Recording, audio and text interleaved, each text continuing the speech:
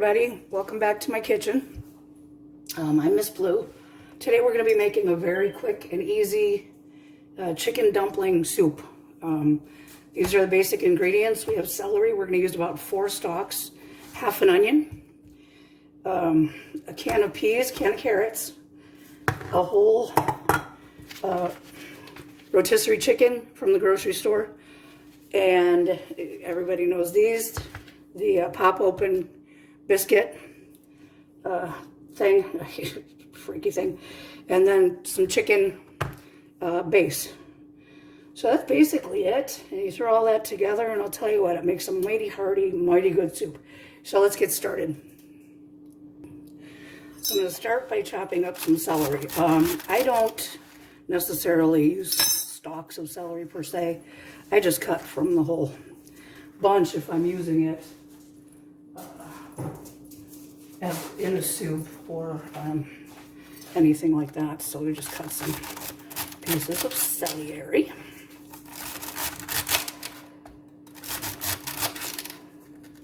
And we want a fairly good amount because this is what's going to give it the close to fresh taste. Is the celery and onions that we're going to cook together to kind of give it a base. This is probably more than 4, probably about 5 or 6. So don't be afraid to use it. Not going to hurt anything for sure. As a matter of fact, it's just going to add yummy goodness. Get that into the pan. And then I'm going to go ahead and cut this half an onion. And I'll be right back. Okay, we got our onion cut. Throw that in the pan as well. Pot, I should say. It's a pot, not a pan. It is a, shoot, about a 3.5 quart, just stock pan. Goodies are all in there. And put it onto the stove. And we'll get you over here now. Okay, we're at the stove, and I have about 2.5 tablespoons of butter in there, and we're going to cook this very low and very slow. Okay, we'll just leave that go for quite a while, about 10-15 minutes or so. Let's get the chicken prepped now. Okay, we got our celery and onions going now. We have to prep our chicken. Starting to take some of the skin off because you don't really want that in the food. So just peel that off. There's also a band of sorts around here. Take off. Whoop, pulls that wing right off. That's wonderful. I don't know what to do here. All right. Okay. So we're going to go ahead and when I say pull the chicken, I literally mean pull the chicken. Set it aside. Very simple. We're going to do this to the entire chicken, and I'll be back in just a sec. Okay, this is a whole chicken. It's just chicken meat. There is no skin, no bones. Oops, it's a mixture of light and dark meat. And that's going to go into the pot as soon as the carrots and celery are ready.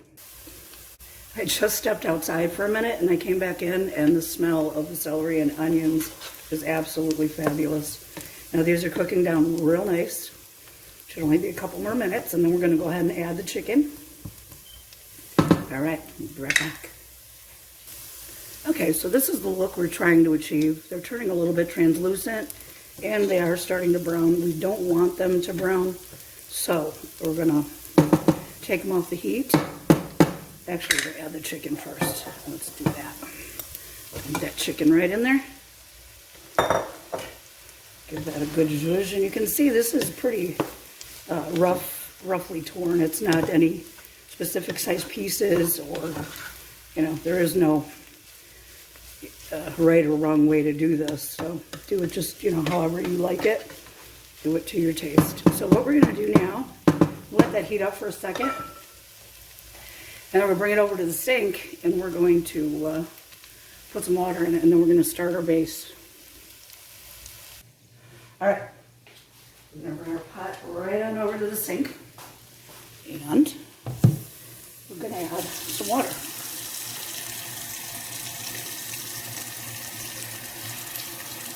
Now we don't want to fill it up for sure, but we want a good covering of water. And a little extra because we want to have some something to cook the dumplings in. So that looks good. Back to the stove. Okay, we have our water, we have our chicken, we have our celery, we have our onions. Now we're going to go ahead and impart some chicken flavor into this. And we're going to do so by adding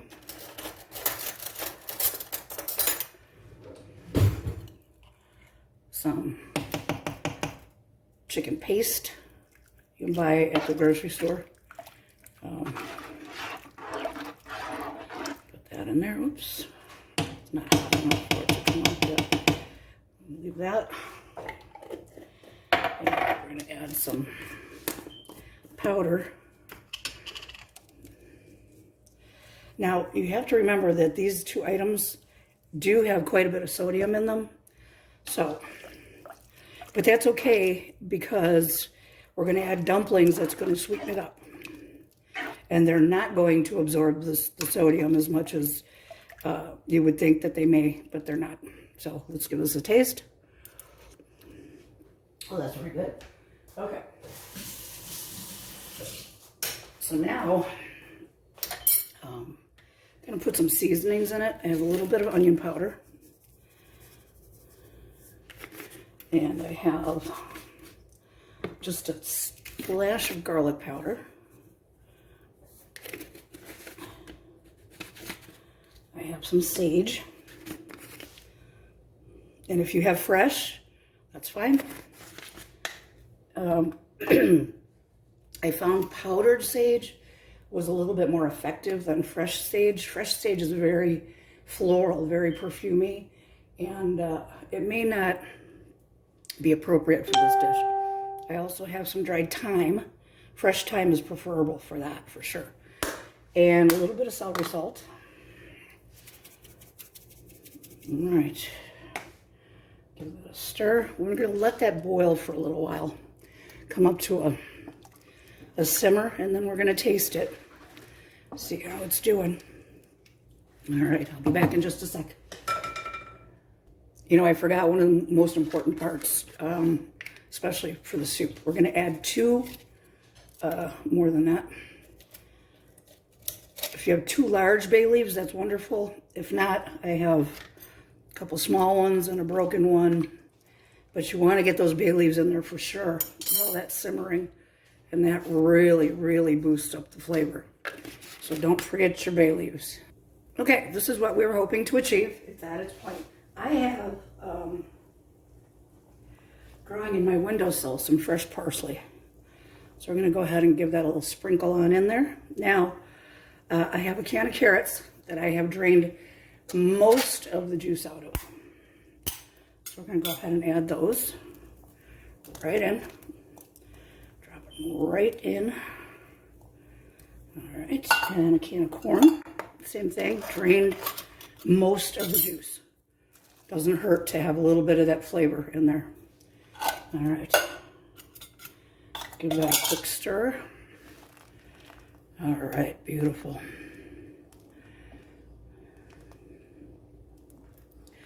All right. Getting up on our last steps here. I'm going to give that a quick taste again. Make sure it's perfect because this is the last time you're going to be able to season it.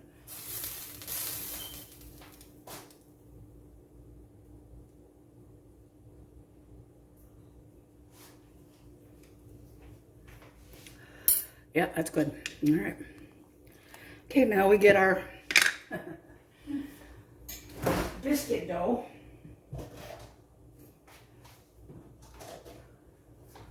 I don't know about you guys, but I hate popping these things. I really do. Give it a whack on the counter. All right, this is the fun part. Okay, we got to get this a little bit hotter. Real quick, let it boil. And this is just regular biscuit dough you buy in the grocery store. And amazing what this stuff does.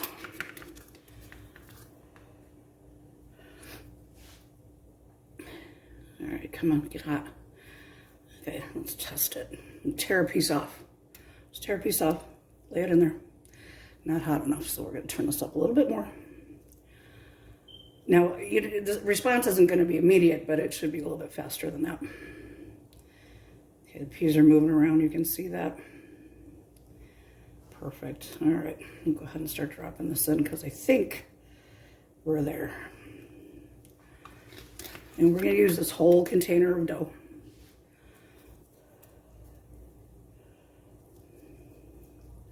And we're just tearing. Drop it in.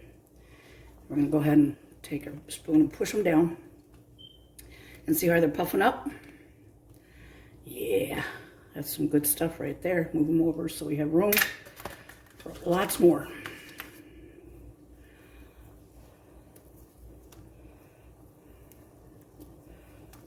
Don't worry about the bay leaves. If you put fresh thyme, don't worry about that. You can pick it out as you go.